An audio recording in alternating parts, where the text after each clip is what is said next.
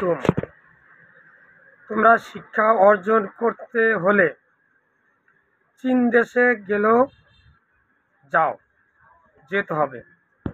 অনেক আলেমগণ এই হাদিসখানা বর্ণনা করে বলেন যে তোমরা এলমে দিন শিক্ষা অর্জন করতে হলে চীন দেশে লাগলেও যাও।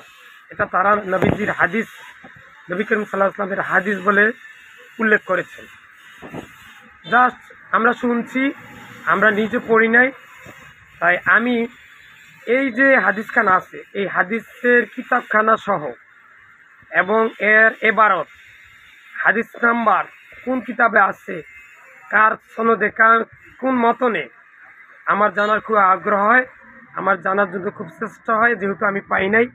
যিনি পাবেন, যারা হাদিস নিয়ে গবেষণা করেন, ফকিহগণ, মুহাদ্দিসগণ, আলেমগণ, তারা একটু দয়া করে কমেন্টে উল্লেখ করে যাবেন যে অমুক হাদিস গ্রন্থের অমুক নাম্বার, অমুক পৃষ্ঠা, অত নম্বর হাদিস। আমার জানতে একটু খুবই ইচ্ছে করে, যেহেতু আমি পাই নাই। আর আমরা ছোটোকাল থেকে এটা শুনেও আসছি। আল্লাহ মালুম, আল্লাহ পাক ভালো জানেন এই বিষয়। আমরা শুনছি এটুকু পর্যন্ত, কিন্তু আমি চোখে দেখি নাই। আর আমার একটি কথা, এটার উপর বিশ্বাস বা অবিশ্বাস আমি দেখতে মন চায়। আমরা শুনছি, এখন আলেমেরা বলছে, ইমাম সাহেবেরা বলছে, কথাটা তারা এবারত সহকারে আমাদেরকে দেখায় নাই। আমাদের দেখতে ইচ্ছা হয়।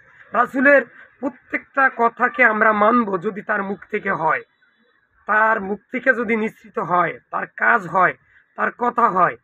কিন্তু কেউ যদি কোনো কথা বানিয়ে বলেন, জাল করে বলেন, তাহলে সেটা আমরা কি মানা ঠিক হবে? যেটা রাসূলের কথা নয়। যেহেতু রাসূল বলছে যে কোনো ব্যক্তি যদি আমার উপর মিথ্যা অপবাদ দেয়, সেজন্য তার স্থান জাহান্নাম নির্ধারণ করে নিল। তা আমরা হাদিসটা এবারতরা দেখতে চাই, কোন হাদিস, কোন গ্রন্থ, কার থেকে বর্ণিত, কে বর্ণনা করছেন, কার থেকে বর্ণিত, কোন সাহাবী রাসূল করিম সাল্লাল্লাহু আলাইহি ওয়াসাল্লামের মুখ থেকে শুনেছেন। এটা আমরা একটু জানতে খুব আগ্রহ হয়। আমি জানলে খুব উপকৃত হতাম, মনটা খুব শান্তি পেত। ভিডিওটা সবার কাছে বেশি বেশি করে শেয়ার করে দেন, লাইক করেন, শেয়ার করেন, কমেন্ট করেন। সবাই 5 ওয়াক্ত নামাজ পড়বেন, শিরক বেদাত কুফরি মুক্ত জীবনযাপন করবেন এবং মৃত্যুর সময় আমি সহ পৃথিবীর সকল মুসলমানের মুখ দিয়ে যেন লা ইলাহা ইল্লাল্লাহ এই কথাগুলো যেন বাইর হয়। আর আমি প্রথম থেকে এই শেষ পর্যন্ত, এই পর্যন্ত যতগুলো কথা বলছি, আমার কথাটা যদি কোরআন এবং হাদিসের বাইরে হয় এবং কোরআন হাদিস সমর্থন করে না, এবং কোরআন হাদিসের বিরুদ্ধে যায়, রাসূলের বিরুদ্ধে যায়, আল্লাহর বিরুদ্ধে যায়, তাহলে আমার কথাটা দ্রুত দেয়ালে ছুঁড়ে ফেলে দিবেন, কথাটা মানবেন না। আর আমি এজন্য আল্লাহর কাছে ক্ষমা চাই।